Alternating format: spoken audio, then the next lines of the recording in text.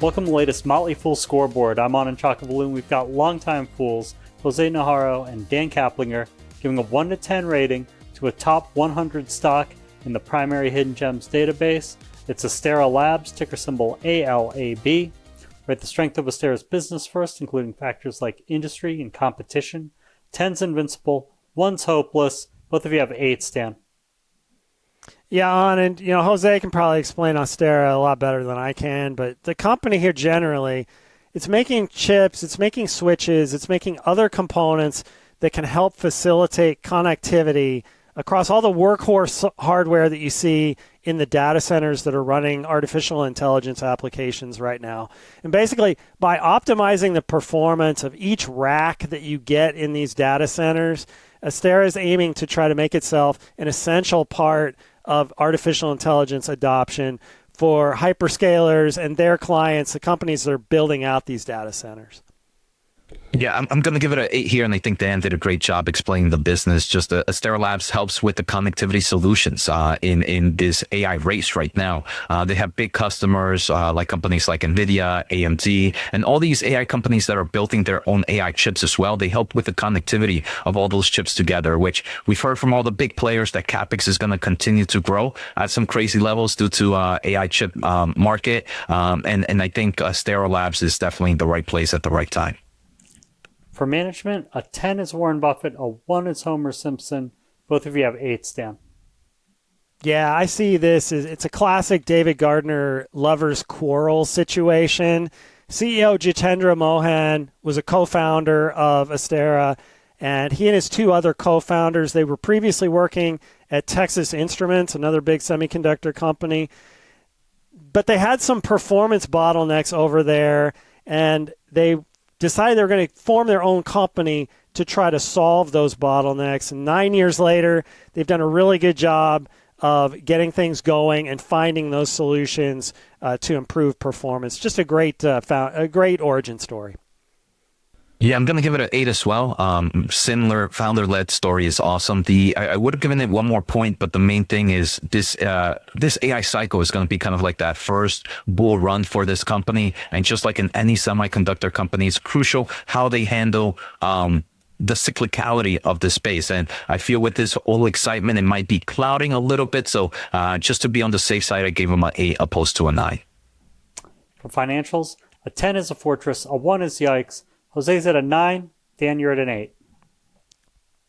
Yeah, I think I dinged them an extra point here. They're very much on the upswing right now from a financial standpoint.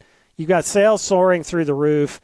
We finally have turned profitable. We've turned the corner on profits in the past 12 months. I really like the clean balance sheet. It's just a little bit early. I think that if you get just another year of this trajectory, then I'd be comfortable with Jose's 9. I'm just not quite there yet. Yeah, hopefully we can do this episode again in a year from now. I think Dan will definitely throw that 9 in. Revenue growth is definitely pretty strong. I mean, like Dan mentioned, we have that strong free cash flow and strong cash position. The company revenue growth, triple digits, obviously starting from a smaller base. But during their most recent earnings, they also shared some guidance that a lot of hyperscalers are going to be ramping up in the second half of this year. So I do believe we're going to continue to see either high double digits or low triple digit growth at least for one more cycle, 1 more year.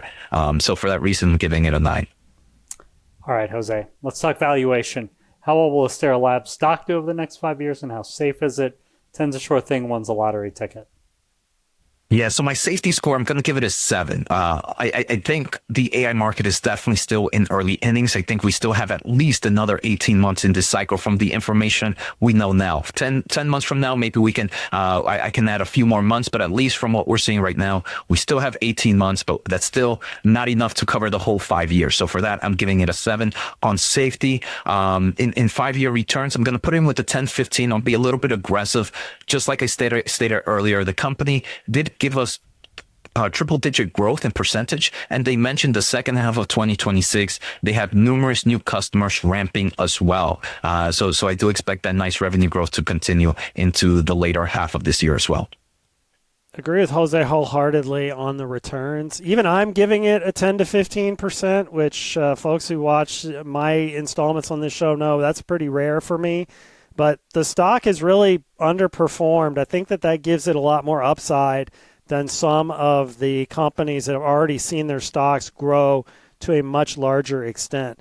Where Jose and I differ, I think, those on the safety score, I really dinged it hard. I gave it a score of just 3, and that's partially because the timing of this segment, just before we went to record this, we had an earnings report, and that earnings report, it showed basically that anytime that you get sort of unexpected news with this company, there is a potential for a big one-day stock price drop. That's kind of true across tech, but it's one that I wanted to highlight here just because of the particular timing of this. And so that's why I see it. I think above average return expectations, but you have to be comfortable with that volatility potentially.